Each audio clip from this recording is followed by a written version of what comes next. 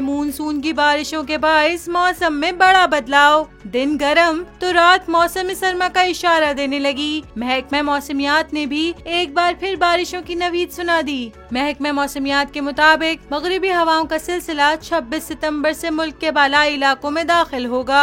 इस्लामाबाद में 26 और 27 सितंबर को मूसलाधार बारिश की तवक्का है। बारिश से दर्जा हरारत में काफी हद तक कमी होगी। 26 सितंबर से 1 अक्टूबर के दौरान चित्राल, दीर, सवात, मानसहरा, एबटाबाद, पेशावर, मर्दान समेत मुख्तलिफ इलाकों में बारिश का इम्कान है। महकमा मौसमियात का कहना है कि 27 सितंबर तक 1 अक्टूबर रावलपिंडी, मरी, गिलियात, तिलगंग, जेहलम, मंडी बहाउद्दीन और गुजरांवाला समेत मुख्तलिफ इलाकों में बारिश का इम्कान है। सिंध के शहर मीरपुर, थरपारकर, उमरकोट और गर्दोनवाह में भी बारिश का इम्कान है, जबकि बलूचिस्तान में मौसम गर्म और खुश्क रहेगा।